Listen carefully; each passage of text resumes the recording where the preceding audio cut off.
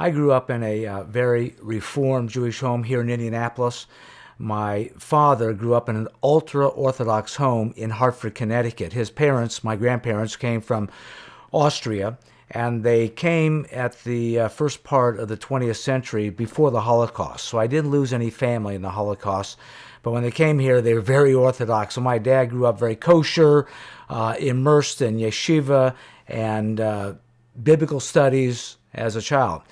In the 40s, he came to Indianapolis, which is a whole new environment for him because it was a very established, going back many, many decades of Reform Judaism here. So they were more fluent, more culturally mixed into the community. They related well with the non-Jewish community, though distinctively culturally Jewish. More probably agnostic, tending to be atheistic, but strongly Jewish. We belonged to the Jewish Country Club. All my mom's friends and my dad's friends were all Jewish. So that's how I was raised, though I had Jewish and non-Jewish friends going to high school. I had no relatives that I knew of in Europe. I just knew that in Hartford was the very Orthodox community of family. And my dad left there, and he and his three brothers also abandoned Orthodoxy. And that happens often. In the next generation, you're raised very strict. So as an adjustment, many of my parents' generation went over to conservative or even Reform Judaism. Very secular, very liberal. Very much breaking tradition with the Orthodoxy. My rabbi as a child was Maurice Davis, a very well-respected Reformed Jewish rabbi, actually in the Midwest and eventually throughout the country. But the way I was raised, there was no talk about a Messiah coming to establish God's kingdom on earth. There was a belief about a messianic age, that we Jewish people would do the tikkun olam. We would be involved in repairing the world. So we were involved in many, many mitzvot, social justice. Our rabbi talked a lot about civil rights. He went on marches.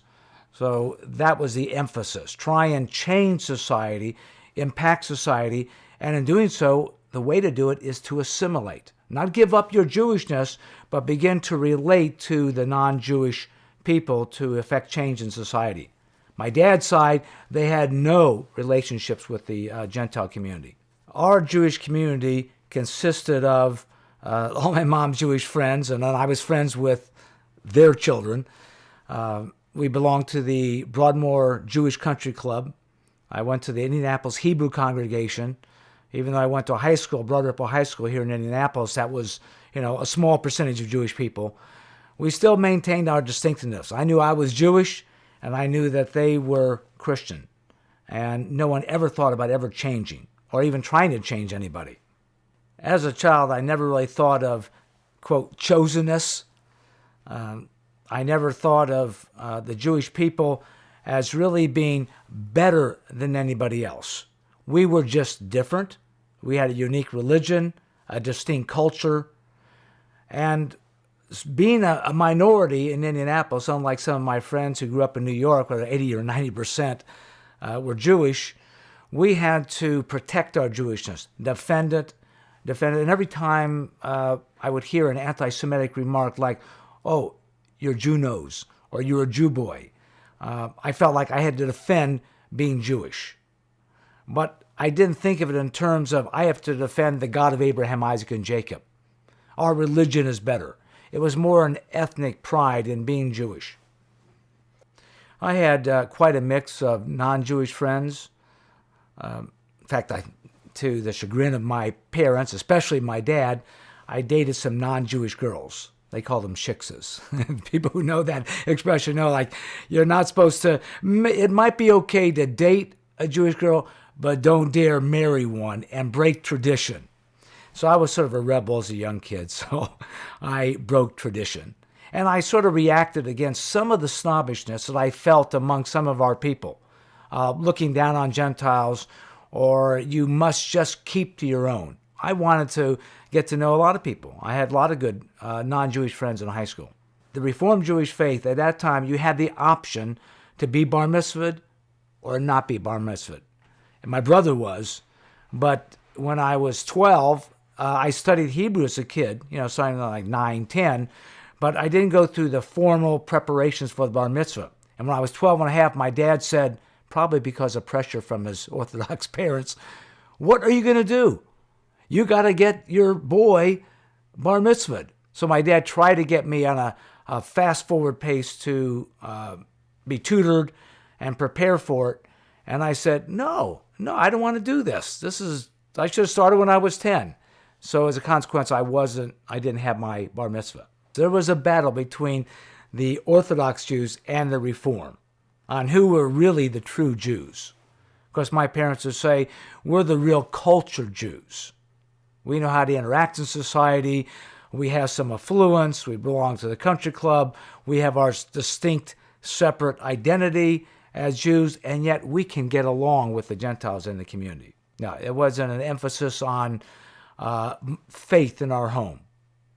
There was no talk about God. I never saw my parents pray, ever. The Tanakh, the Jewish scriptures, were never brought out for study. You went to the temple on the high holidays, and that's when you got your connection with your Jewish faith. And of course, we would celebrate Pesach or Passover every year. The family, extended family, would get together in my home or in my uncle's home, and we would celebrate the history of our people, the redemption of our people from slavery. Yeah, I related well to probably everybody, but I knew I was Jewish, born Jewish, and that's the way it was. And I knew whatever the other Gentiles were, Protestant, Catholic, they were born that. And no one ever thought about changing, like I said, another person. I knew that there was something different about being Jewish, not just the religion, but the culture, our worldview, the way we saw things. And I knew the Christian view, whatever that was something totally foreign to being Jewish. But I never really thought about it much as a child. I just knew there was a difference, because since no one ever challenged me on trying to believe in Jesus or anything like that, I never thought about it. I never even heard Jesus mentioned. My rabbi obviously never mentioned Jesus, so I never knew who he was. I never even saw a New Testament. In fact, the first time I heard the phrase, the New Testament, I thought that was a newer version of the Old Testament, sort of like a new translation. I had no idea that was even the document or the biographies of the person of Jesus. I had no idea that even Christians believe that Jesus rose from the dead.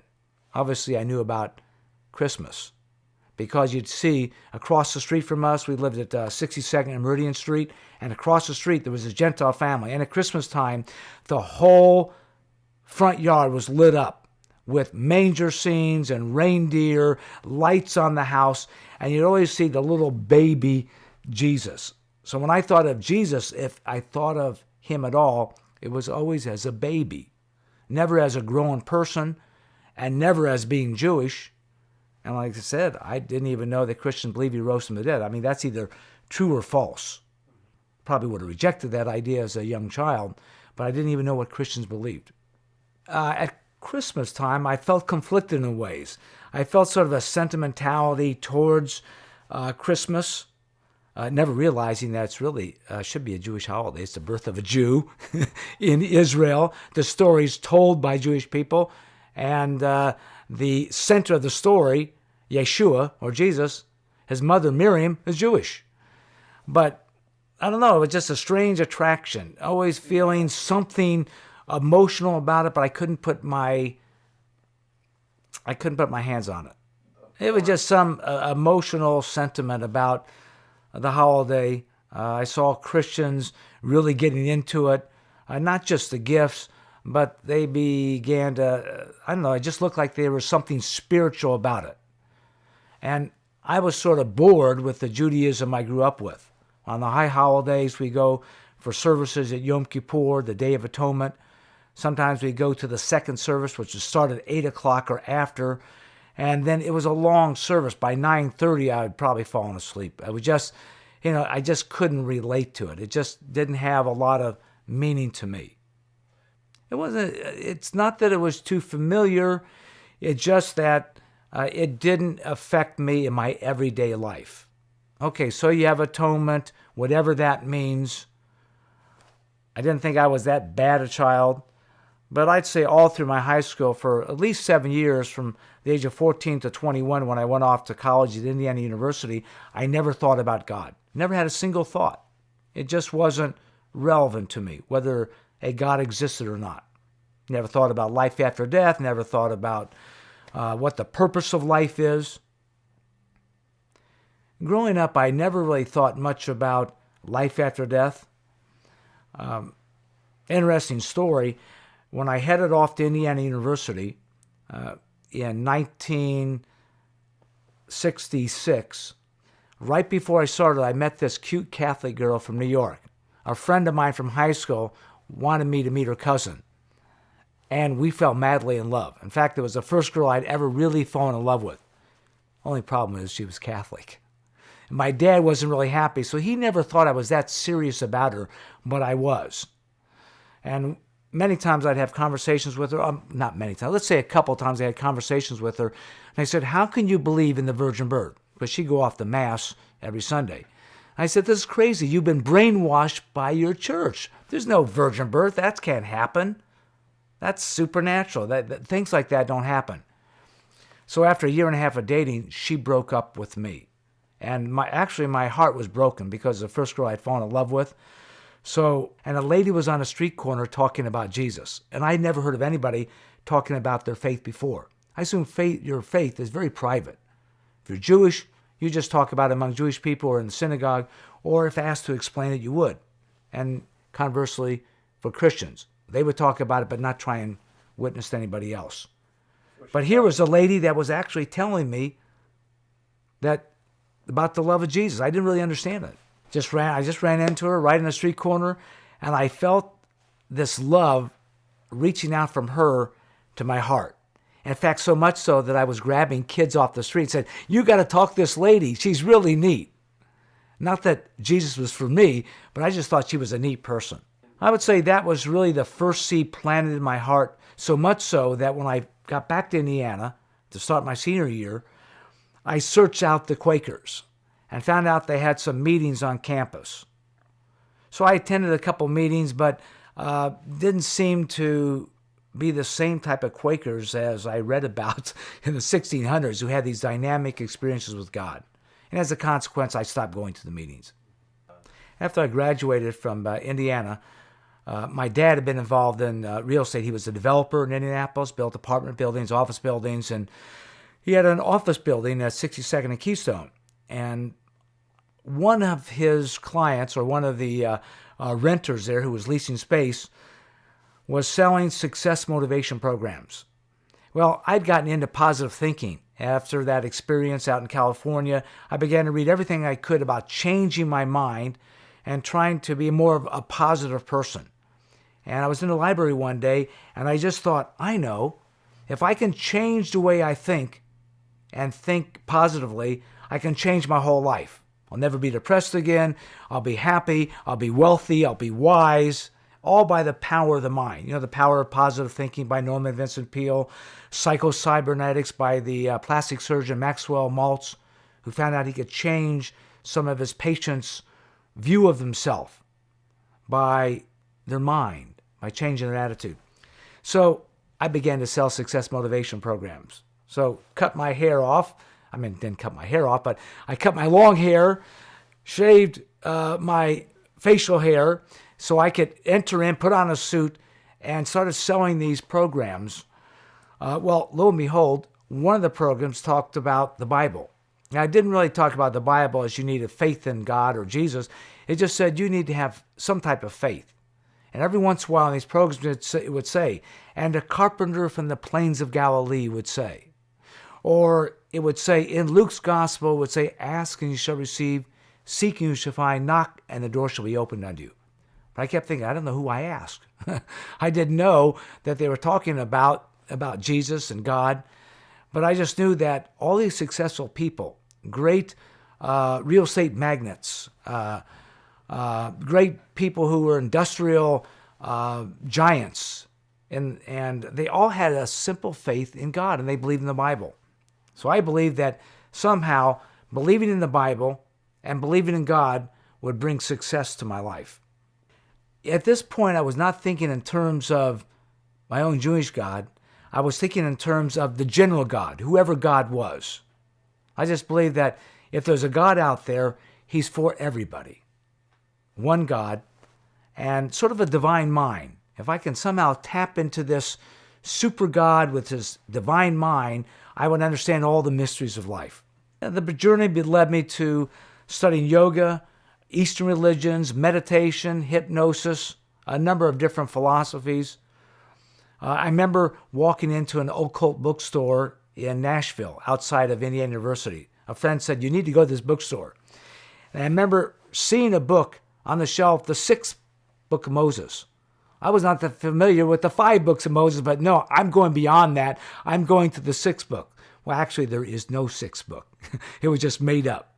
But it was an esoteric, occult, mysterious type of knowledge you could get. And when you found it, you had encountered God. And in encountering God, you would know yourself better. So I knew that there was some experience out there that once you had it, you understood who God was, and you really understood yourself. You were free to be the real you. Yeah, one book led to another. I used to wrestle in high school, and I would get ear infections and what they would call cauliflower ear. Your ear would swell from the engagement with other wrestlers. And it seemed to sort of stay with me. It would go, and then during one time, after I graduated from Indiana, the doctor said I was supposed to have an operation. And I sort of panicked. I didn't want the operation. So what I did, I felt like since I've been studying divine mind and Christ consciousness, whatever that was, I would go and visit a church. I knew they didn't pray for the sick in the synagogue. So I just opened the yellow pages and believed that God would sort of guide me, this divine mind, to a certain church. It just happened to be a Wednesday night. They just happened to be having a prayer meeting. And students there were gathering in this parsonage of this pastor's home.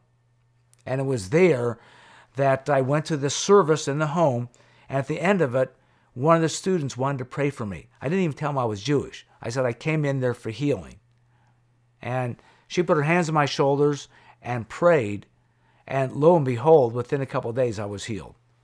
So God was giving me sort of like a sign. It was not in a traditional church. And then the story continues. I was thinking about going to grad school in psychology. So I went out to New York and thinking about NYU. And while I was there, a friend had told me from Indianapolis, if you ever visit New York, stay with this unique man in Greenwich Village. He opens up his home to a lot of the young people who are searching.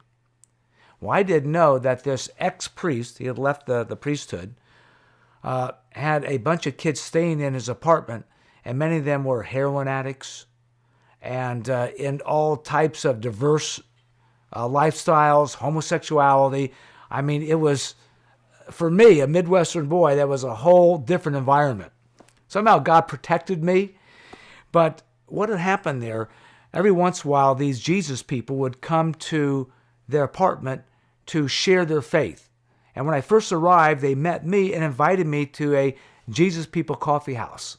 So somewhere in Greenwich Village, I went to this coffee house, and it was there that I heard people tell their stories about being born again and saved. I didn't know what they were talking about, but it was very interesting as they told how their life had changed when they became believers in Jesus and believed that he died for their sins. This is all new to me.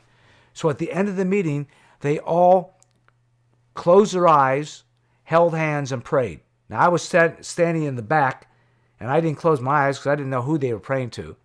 But I watched them as they believed they were talking to an unseen person, a presence in the room. They really believed it. So that was my first experience of actually seeing people pray that were Christians. Did you get frightened by that, or were you jazzed by it? I mean, no, I was very moved by the sincerity of all these people and their stories. And I thought, well, they probably got problems. One kid was on drugs. Not that I hadn't been experimenting myself, but I didn't consider myself an addict or anything. I could just stop at any time I wanted. I used to smoke cigarettes. I always say, it's easy to quit. I did it 20 times. But staying off, it's another thing. But I was very, very impressed with their sincerity. But I figured, I'm Jewish. Then one of the kids said, well, why don't you believe? And I said, I'm Jewish. And then he said, I'm Jewish also. So that was the first Jewish kid I'd ever met who had become a believer. Now, I had turned on the TV like many people, and every once in a while you're just turning through the channels, and Billy Graham came on, and I caught the end of his message, and he was saying, young people, I challenge you to give up violence and give up drugs and give up premarital sex, and I challenge you to commit your life to Christ. I remember actually hearing that. And I stopped dead in my tracks, and I said, Christ, that's the answer. There was something that gripped my heart. But then I stopped myself and said, but who is Christ? See, I didn't know. I knew that this man, this preacher, was well known because I'd read an article of his in the Inquirer. Of course, all the articles in the Inquirers are truthful, and they tell exactly the way things are, but it's Billy Graham preaches about the end of the world. And that's the first time I heard this concept, end of the world. I said, I can't believe it. The end of the world, that's scary. And then I, heard the altar call a few days later on TV. So all these things were sort of happening at once. How old were you? I was 22 at the time. When I heard the name Christ, I thought of someone Catholic. And Jesus, I didn't know who Jesus was. I had no idea of any of his biographical information. I didn't know any of his stories. Never had seen the New Testament, so I didn't know who Jesus was. But whoever he was for the Catholics. He was not for the Jewish people. Never saw or understood anything about the Jewishness of Jesus. I remember reading in a book by Norman Vincent Peale that he said the most important thing in his life was discovering his relationship with God. And I thought it'd probably take 60 years of searching till you finally discovered who God was. I never thought of God searching for me, or drawing me to himself and leading people into my life to help me think about God. It was all something I had to make a desperate, intense search for. And that one day, somehow I would just have this experience, and then I would know for sure that this was what I was looking for. There wasn't any objective thing I had to read or any objective religious history, whether it be my Jewish history or any Christian history. I was looking for something in the present. I didn't believe a prior book, any religious book, could lead me to God. Now, I went back to look at grad schools, came back to Indianapolis, and was involved in sales for a while, trying a couple different jobs, trying to find my place when I got out of college. And after a year of figuring that I felt like I was close to this search, I decided in June of 1971 to go out and find the answer. Wherever the answer was. In fact, I told my best friend, Kenny, I said, Kenny, I know it's out there, and I know it has something to do with believing in God. So I'm not coming back to Indianapolis until I find the answer. So that same friend who told me about this ex-priest in the Greenwich Village in New York said, well, I've got a friend, and he told me about this yoga camp in the mountains of Arizona, and that if you go there, you will discover what you're looking for. Well, after 2 weeks of being there, I was so disillusioned. The guru who came from India looked so sickly, like he was going to die. I figured he can't be the savior of the world. And the kids were very confused. They were meditating. I was trying all this bland food, trying to cross my legs like they do in yoga. And I thought, this can't be it. So at the end of the 2 weeks, I left there quite disillusioned. And while I was camping out in Arizona on this lake, I ran into some Jesus people again. So I thought this Christianity must have been an underground movement. I was meeting people on the street corner, in a coffee house, or in somebody's home. And now I was camping out. So if they would have said, oh, we're Baptists, that would have turned me off. As a Jewish person, I don't want to be a Baptist. I don't want to be a Methodist. I'm Jewish, But they said, we're Jesus people. And it sounded like a new type of people. Did it sound hippie-ish at all? It sounded a little hippie, but it sounded like they had discovered something. And I was open to hearing what they had to say. So the individual who began to share with me was a minister. And he was camping out with his family and another couple from their congregation. So he, when he heard of my spiritual search, said to me, "Have you been born again?" Well, I just came from a yoga camp where we spent a couple weeks thinking about, and I had been studying also, reincarnation. So I thought you had to come back again, thinking you got to live this lousy life, do all this seeking, and then you got to start all over again. And he said, "No, you need to be saved." I didn't know, saved, schmaved. I'd never heard the expression before. This is Christian terminology. I didn't know what he was talking about. I had never heard the term saved before. I was thinking, saved from what? Is somebody after me? Am I in trouble? I never thought of being in a dilemma, that I was a sinner, that I was separated from God, I needed to be forgiven of my sins. I never thought in terms of being a sinner. I knew I did sins, but I wouldn't call myself a sinner. I'd say I'm just no worse than anybody else. I'm really a sincere person, but I knew I was lost in some sense. But they gave me a New Testament. And that was my first one. It's called The Good News for Modern Man. It's one of these modern translations with the stick figures of the individual characters in the Bible. And somehow I started reading in the Gospel of John. And I opened it up, and as I read, it talked about I and my Father are one. And the Son talks to the Father. And they had this relationship. And there was like a veil over my heart. I didn't really understand it. But they said they were going to pray for me at their campsite, and I was all alone. So about 8:30 at night, I don't know why I even had this thought. I just looked up to heaven where heaven might be, and I said, "Jesus, if you're there, I want you to come into my life." Just like that. I figured, my dad's not around, my rabbi's not there, I can do whatever I want. I can call out to Jesus, the forbidden name to Jewish people.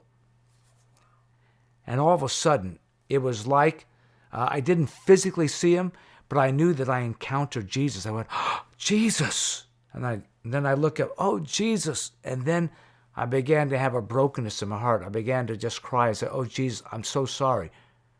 Because I knew that the Jesus of history, whoever he was alive, and that he knew me. And he'd actually been with me in my whole life. I just didn't know that he was alive. And I felt the burden, like a 100-pound weight, just lift off my shoulders. I felt clean inside. And my father and I had been a little bit estranged. He was so busy in business and real estate that he didn't really take time to really develop that close relationship. And so I had a little bit of anger, a little bit of resentment. But all of a sudden, that resentment just left. And I felt the love for my dad. And it was just all happening all at one time. And I was just so overwhelmed by this whole thing. And then I went to sleep that night, woke up and wondering, would I encounter God again the same way? And I said, "Oh, Jesus." And nothing happened. And so I say I didn't have the knowledge of what the gospel was all about, what Jesus had really done, and what it all meant. I didn't know about the atonement. And so I went to talk to the people, and I said, "Something happened to me last night." Well, they gave me a newspaper. It's one of these underground newspapers, and it listed all the different Jesus People coffee houses around the country, because they knew I was going to Denver on my journey to stay with a Jewish friend named Arnie from high school. So I took the newspaper, stayed with Arnie, didn't tell him about this experience right away, and after a week or so of being with him, I felt, for some reason, I needed to go visit one of those coffee houses. So I got out the newspaper, looked it up, and found one outside of Denver. And I went up there and began to tell them about the experience. Well, they were real excited that I had sought them out. And they told me about this convention of full gospel businessmen. I never heard of it. I didn't know it. It was sort of a movement of many thousands of business people who had come to know the Messiah, Gentile and even Jewish people. And they gathered together, meeting in hotels. So I wandered into this meeting, and I heard somebody say, God is going to begin to pour out his Spirit and touch the Jewish people around the world. And there was I, as a Jewish person, wandered into that meeting. And somebody told me about this minister from South Africa named Reverend Tom. And everyone he prayed for, God's Spirit touched in a powerful way. So I went to his hotel room, as many young people did, and he began to pray on people one by one. Well, they were talking about this gift called speaking in other languages, the charismatic movement. I didn't know one thing from the other. Anyway, after he put his hands on me, I felt something welling up within me. I felt this power, this love flowing from within me, and all of a sudden I found myself quietly speaking in a language that I never learned. They call that speaking in tongues. I felt healed in my body. I felt just changed. Well, anyway, I went home to tell Arnie about it. I said, Arnie, I know that Jesus is alive. He lives in my heart by the Holy Spirit, and you need him. Well, that night his girlfriend was over, and he probably was a little embarrassed. And after she left, he said, you have 24 hours to leave my apartment. So there I was going to be the first homeless Jew. Maybe not the first. There I am in Denver. I've got Jesus in my heart. I know he's my Messiah. I think I'm the only Jew in the world who believes this. I didn't know about Peter and Paul and the boys. They were all Jewish. I didn't know that Jesus himself is a Jew, the greatest Jew who ever lived. I didn't know the whole story. It took place in Israel. So there I am with a dilemma. So I went to sleep that night. I said, God, when I go to sleep, I'm going to sleep. When I wake up in the morning, I want you to show me where to go. I had this faith like Moses did, just trusting in God implicitly. So I woke up, and I thought that God would think about it all night. Like, let me see where I'll send this, my new Jewish disciple here. Well, a thought came into my mind to call this Christian family I met at the conference. And I forgot about him. I forgot all about him. And they gave me a little piece of paper, and they said, if you ever need a place to stay, call me. So I called them. I said, this seems strange. I've never done this before. But I felt like God had wanted me to take up your offer and live with you. And they said, well, the college kid who used to live with us in the summer is gone, and you can move in there. And I told them, I've got to find more Jewish people who believe. And they said, well, we happen to have several booklets in our home about the Jewish people and about how many thousands of Jewish people are turning to the Messiah. His name was Eliezer Urbach. He was a Holocaust survivor. If you've ever seen the movie, The Pianist, this is his story, just like it. How he escaped, went into Siberia, got arrested and imprisoned, and eventually he came to know the Messiah, met his wife, Sarah, in Israel, and they started an outreach, a Messianic Jewish ministry in Denver. And that's the first time I heard about Messianic Jews. And he began to tell me about how you're Jewish. You're born Jewish, you died Jewish, and now you're a completed Jew. You have found your Jewish Messiah, the most Jewish thing you can do. God's calling upon Israel was to be the light to the world, the light to the nations, and one day be the vehicle, the people that would bring in the elect Jew of all Jews, the Messiah, the Mashiach. And his name would be Yeshua. So I began to read about all these prophecies in the Jewish scriptures about my Messiah. In fact, I felt more Jewish than ever. Then I realized I'd been living with this family for a week, and I hadn't called home to tell my parents about this. Dun, dun, dun. Now I have a real dilemma. They just knew I left as some seeking Jewish kid trying to find his way in life, and now I'm calling home to tell them, or I had to tell them, that I found Jesus as my Messiah.